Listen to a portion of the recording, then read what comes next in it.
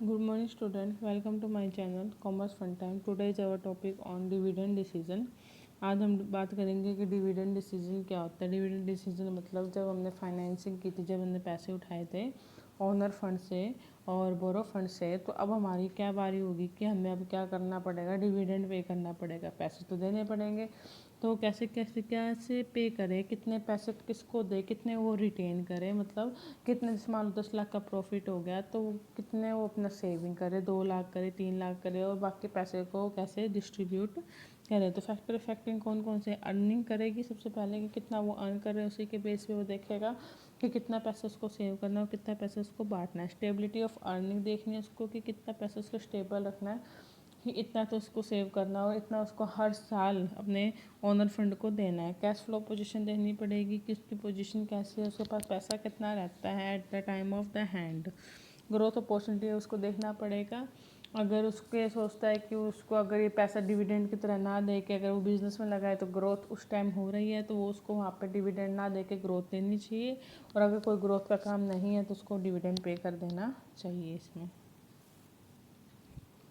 और क्या, stability of dividend रखना, किसी किसी के होते हैं कि डिविडेंड की स्टेबिलिटी बनाए रखने के लिए वो क्या करते हैं, रिटेन अर्निंग करते हैं, ताकि अगर मान लो इस साल उसको 10,000 प्रॉफिट वो हर किसी को दे रहा है और अगली बार उसको कम प्रॉफिट होता है कि वो 8,000 ही दे पाएगा, तो वो रिटेन अर्निंग का यूज़ करके उसको 2-2 हज़ार रुपये उसमें से निकाल के सबके लिए उसको इक्वल करके सबको पे कर देगा, ताकि स्टेबिलिटी रहे। अगर आपको कोई एक बार 10,000 दे और अगली बार उसके 8,000 रुपये मिले तो आपको थोड़ा सा रिस्क हो जाता है कि इसकी वैल्यू डाउन हो रही है, तो आप थोड़े डगमगा जाते हो। तो रिटेन अर्निंग वहाँ पे उसकी हेल्प करती है कि जिस साल प्रॉफिट ज़्यादा हो उस तरफ सारा ना दे के हम थोड़ा सेव कर ले, ताकि अगली बार अगर कुछ डिफिशेंसी हो तो हम उसको वहाँ से सेटअप कर दें। ठीक है।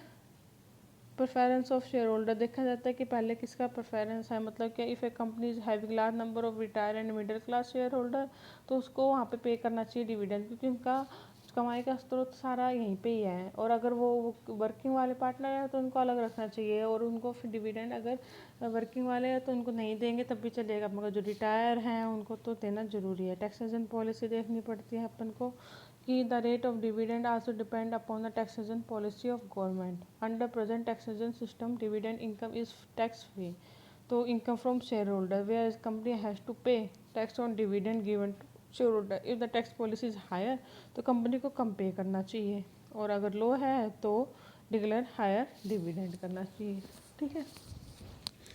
उसके बाद क्या, access to capital market consideration, हमें पहले मार्केट की कंडीशन देखनी चाहिए कि कैसी है। If market can easily accept और approach and there is no demand for security of the company, then company can give more dividend, ताकि क्या होगा, उसकी मार्केट वैल्यू बढ़ जाएगी शेयर की और उसकी ज़्यादा प्रॉफिट होगा, उसको ज़्यादा पैसे मिलेंगे। लीगल रिस्ट्रिक्शन देखनी चाहिए कि इसकी रिस्ट्रिक्शन कैसी है गवर्नमेंट की, उसके खिलाफ कि company act has given certain provision regarding the payment of dividend.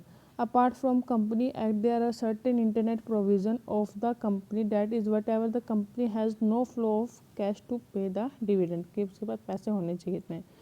कॉन्ट्रैक्टल concentration की कैसा उसका कॉन्ट्रैक्ट है, when company take long term loan then financier में पुट सम रिस्ट्रिक्शन और constitution on dividend of dividend. ठीक है। और स्टॉक मार्केट रिस्ट्रिक्शन क्या है, reaction, the declaration of dividend has impact on stock market, is increase in dividend is taken a good news in the stock market, price of security rise, price बढ़ जाएगा उससे, और whereas a decrease in dividend में negative impact, उससे उसका price गिर जाएगा, stock की वैल्यू डाउन हो जाएगी उसकी।